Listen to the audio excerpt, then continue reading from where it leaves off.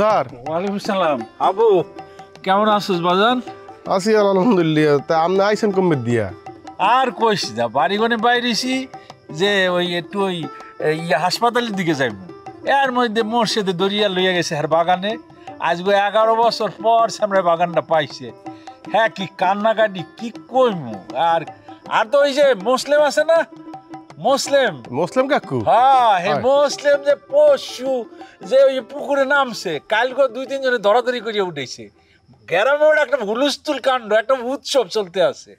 এই যে chairman, second chairman মিলিয়া এতদিন মানুষের উপরে যে জুলুম করছে, জায়গা জমি দখল করিয়ে রাখছে, বাড়িঘর দখল করিয়ে রাখছে, বাগান দখল করিয়ে রাখছে, যে যার জায়গা জমি সব উদ্ধার করিয়া লাগছে। তাই এই শয়তানগুলি এখন কই? চেয়ারম্যান, সেকেন্ড চেয়ারম্যান কই আছে? খোঁজ খবর কিছু জানো? কেডা কইবে কোথায় যাই আত্মগোপন আছে ও খোঁজ লইবে কেডা স্যার? তার সমস্যা হইলে কি মগো যারা নেতৃস্থানীয়, যারা ক্ষমতায় থাকে, এটা একটা কালচার হইয়া গেছে মনে হয় মগো দেশের। যেই দল যখন ক্ষমতায় যায় এরা মনে করে কি কিয়ামত পর্যন্ত এরাই ক্ষমতায় থাকবে, আর কেউ কোনোদিন ক্ষমতায় আইবে না। তখন জনগণরা মনে করে তারা প্রজা, আর তারা হইয়া যায় রাজা। জনগণের দাস মনে করা শুরু করে। কোনো নির্দিষ্ট দল না স্যার, প্রত্যেকটা দল আপনি হিসাব করিয়ে দেখেন একই গল্প।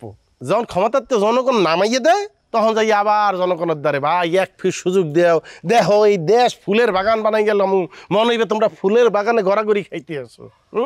এই ফির যদি সেকেন্ড চেয়ারম্যান করে দেখে শিক্ষা না নেয়, নাইলে তাগো পরিণতি হইবে আরো ভয়াবহ। কি মানুষ কলম জাগিয়ে উঠছে, মানুষ এখন অনেক সচেতন। শয়তানের শিক্ষা আল্লাহ নিজ হাত দিয়া করে। তা একটা কথা কি হাবু, তুই গ্রামে আইসো, এই যে দীর্ঘদিন ধরিয়া এগো যে অত্যাচার, অবিচার, জুলুম, নির্যাতন মানুষের মানুষ বলি গণ্য করতো না। তুই আইয়া একটা বিপ্লব ঘটাইয়া দেছ, কি জানি একটা ঘটনা ঘটিয়ে গেছে সবার মধ্যে। তুই একটা প্রতিবাদের শক্তি তুই সরাই দিস বাপ, যে শক্তিতে সবাই একত্র হয়েছে, তোর ডাকে, তোর কথায় সবাই সাড়া দিছে। আজকে যে একটা পরিবর্তন আইছে, এইরকম শয়তান, এইরকম একটা ইবলিসের বিপক্ষে আরে মোরাও তো কোনোদিন মুখ তুলিয়ে কথা কইতে পারি না। এই জন্য অগ সমস্ত ক্ষোভ কিন্তু তোর উপরে। তোর কিন্তু সাবধানে থাকতেই বাপ, সুযোগ পাইলে তোর এহারা ছাড়বে না কিন্তু। স্যার ও চিন্তা মুই করি আয় স্যার, মসজিদে ফির গেছিলামই, আমনগো দোয়ায় মান্যের দোয়ায় আল্লাহ আবার জীবন দিছে। মোর দেশ স্যার, মোর দেশে মুই মাথা নিচু করিয়া বাঁচতে চাইনি। একদিন বাঁচলো মোর পূর্ণ অধিকার, মোর পাওনা মোরে বুঝাইয়া দিতে হইবে। আমি তো স্যার অতিরিক্ত কিছু চাইতে আসি না, জুলুম করতে আসি না। বাংলাদেশের নাগরিক হিসাবে আমি আমার নেতৃস্থানীয় মানুষের কাছ দিয়ে আমার পাওনাটা চাইতে আসি, তারা দিতে বাধ্য। সেইটার জন্য যা করা লাগে এই করবো স্যার। বাহ, এই তো বাহের বেড়ার মতো কথা। এ তো হাবু, হাবু তো একটাই। আচ্ছা, অন্য একটা বিষয় একটু বলতে চাই, তুই কিছু মনে করবি না তো বাপ? মানে ওই তুই কি মারজান মার কাছে আর যাবি না?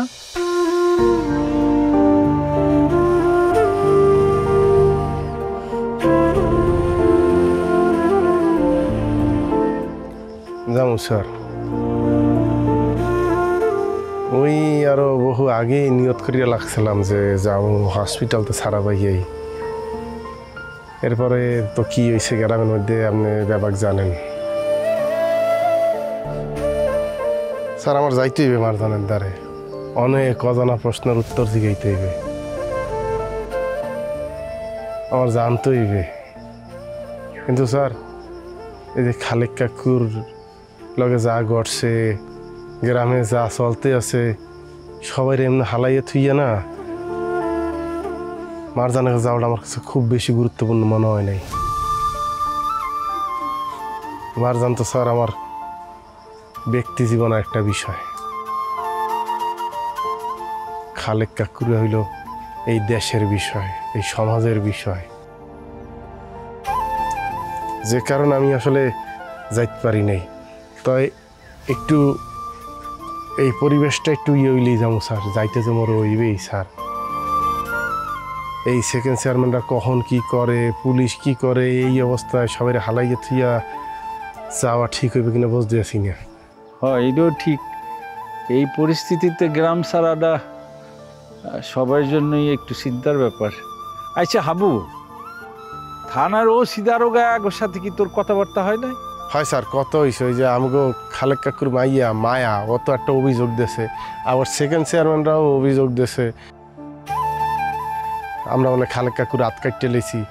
সব মিলিয়ে এখন পুলিশ তো দুই পক্ষের অভিযোগ যাচাই বাছাই করবে, কি হইবে না হইবে বুঝতে আসি না, যে কারণে অপেক্ষা। যাই হোক, আর স্যার ছাড় দেওয়া হইবে না করে। তো স্যার আপনি মেলা আসছেন কোথায়? হাসপাতালে যাইমু।